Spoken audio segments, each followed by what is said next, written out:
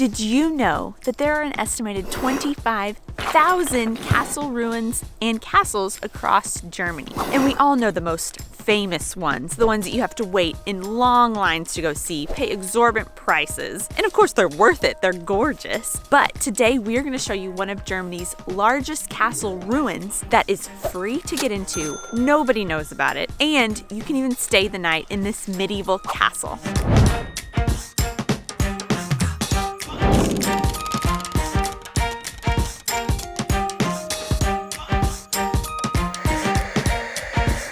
Hey guys, and welcome back to our channel. I am Donnie. I'm Aubrey. And we are two Americans currently living in Germany and sharing all of our experiences living and traveling throughout Europe. Today we have come to Burg Lichtenberg, and it is near the city of Kusel. This is one of Germany's largest castle ruins, and it is the largest castle ruins in our state of Rhineland-Pfalz. So we found a database online that is trying to catalog all of the castle and castle ruins in not just Germany but also Europe, and we're wanting to show you guys today how you can skip the huge tourist attraction castles, even though they're amazing, and find other castles in the areas that you are visiting in Germany that a lot of times are incredible like this. There are no tourists and is completely free to check out. So that's what we are going to show you today in our video. Skip the tourist attractions, find the local castle ruins for free.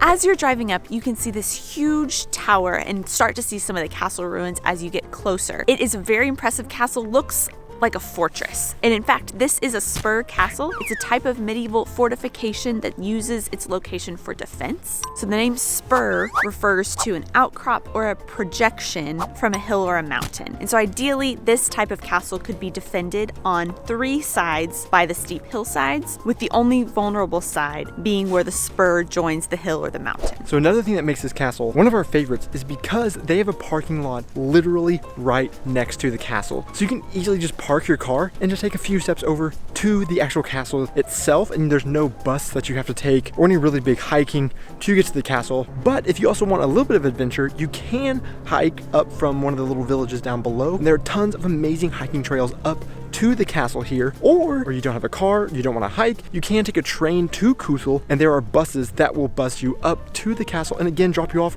literally at the doorsteps of the castle.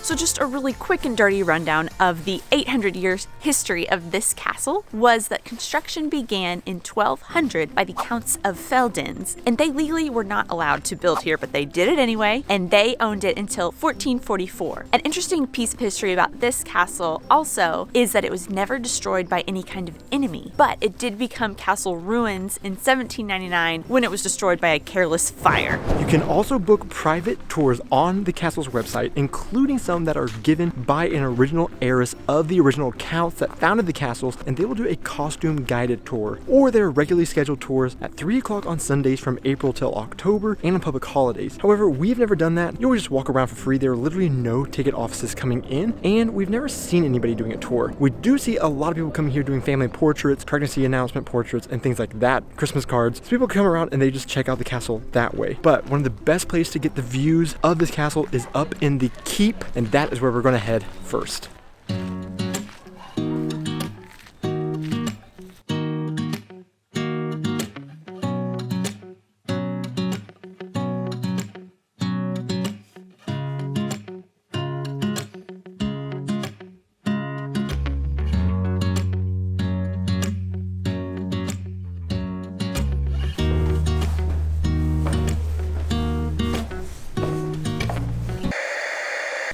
honestly, the tower part, as you're walking up, it's pretty creepy.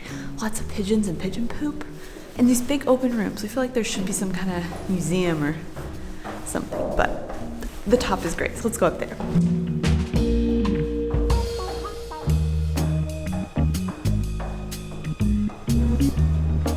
So we are up at the very top of the keep, which is about 33 meters tall. One thing I was super disappointed about whenever I was looking into coming out here is that drones aren't allowed to be flown here. Otherwise, I totally would have brought my drone so I could show you a bird's eye view, but you don't need it here because you have an incredible view of not just the castle from above, this 425 meter long castle ruin, but also of all the valleys and the villages, cities, and towns all around as well. It is an incredible view, and you basically have it all to yourself because nobody else is up here. There was a couple people going up and down. Otherwise, you're not having to fight for a view at all like you would be at the normal tourist attractions.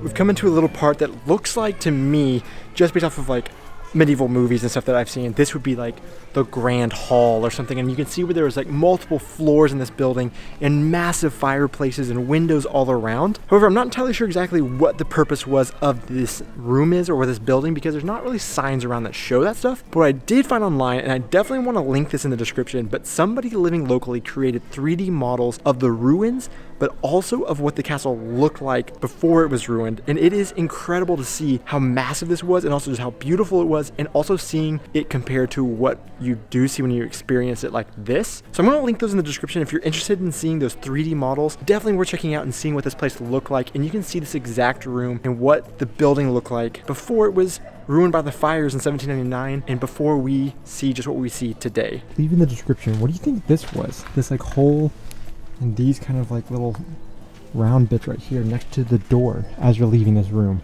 We also learned this castle wasn't always one giant castle. It was actually two different castles that in the 15th century was combined into one giant one. That is now why it is one of the largest castle ruins in Germany and the largest castle ruin in Rhineland-Pfalz. The castle grounds also includes a few other things, such as a museum for local folk music, a chapel, herb garden, a youth hostel, a park, a restaurant, and a geology museum. And this is one of the few places in Germany with a free bathroom. So all these little extra things inside the castle ruins are pretty special, actually. There are a lot of very local specialties. So like the geology museum basically focuses on the geology of the mountain range here and has a lot of local fossils found, and it has the history of these mountains going back 300 million years. And then also the music museum is specifically this region's traveling band music museum, and they also have a very special thing, which is the world's largest tuba, supposedly. This chapel was also built in 1755 to 1758, so a really cool thing that also outdates the United States, of course, like a lot of things in Germany does. And then the Jugendherberge, or the youth hostel, is a pretty special thing. I won't say it's super unique to this castle. There's quite a few castles that you can stay in a hostel at, and it's a really cool thing though that you can do to be able to really experience the castle and stay in. It's not medieval themed or anything. It kind of feels like a hostel, but kind of cool if you come to Germany and you're able to go back home and tell people that you actually stayed very inexpensively inside of an 800-year-old castle. The restaurant here also, we've never actually gotten a chance to eat at it yet, but they do serve a lot of local regional delicacies, which we've heard is really good, and the restaurant looks really great inside, and we do know it's a kind of a popular place for, I think, wedding receptions and special parties and events. So a lot of really cool things to be able to check out up here.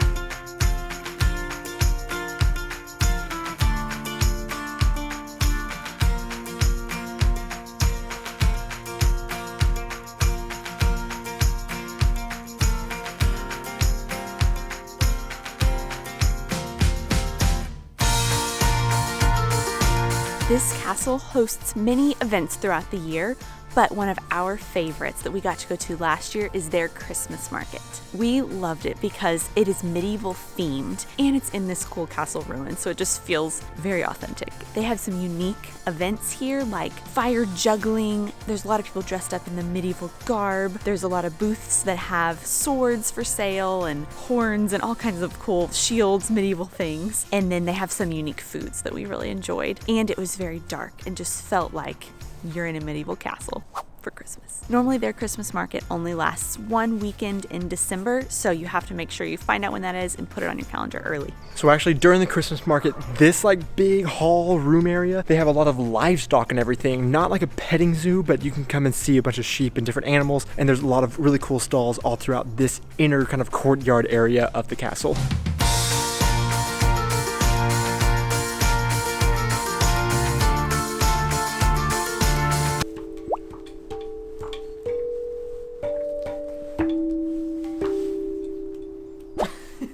Oh, jeez.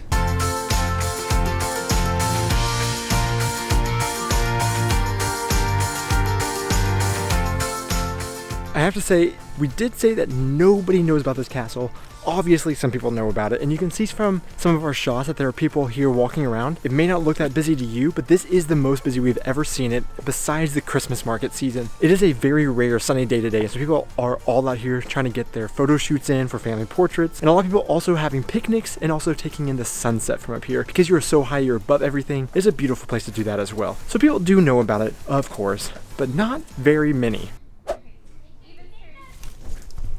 Don't let that deter you from visiting this castle. I want to show you guys too how amazingly thick these walls are for defenses. So just for reference, I'm about 6'1", which I think is about 1.8 meters tall. Not entirely sure, but check this out. Yeah. Yeah. You got it. I got it. Look at how thick these are. Even when I lay down, I still can't even reach the window back there. I think probably like 9 feet thick or something. Crazy. Look.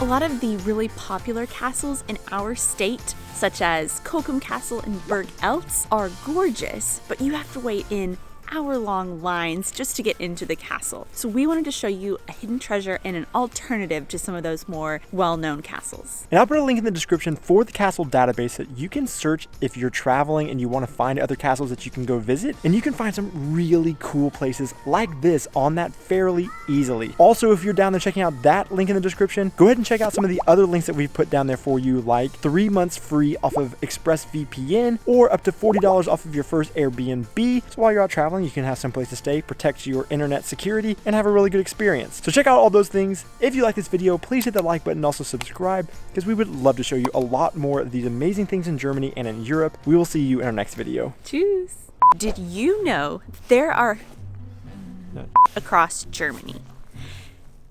What was I saying to that? Did you know? Wait, I wasn't ready. Get ready. Inside of Germany, going to the Huge tower. What else? inside of a 8. Another option to find other. I'm just rambling. What am I saying? Oh no, that was really good. Oh really? Dang it. Oh.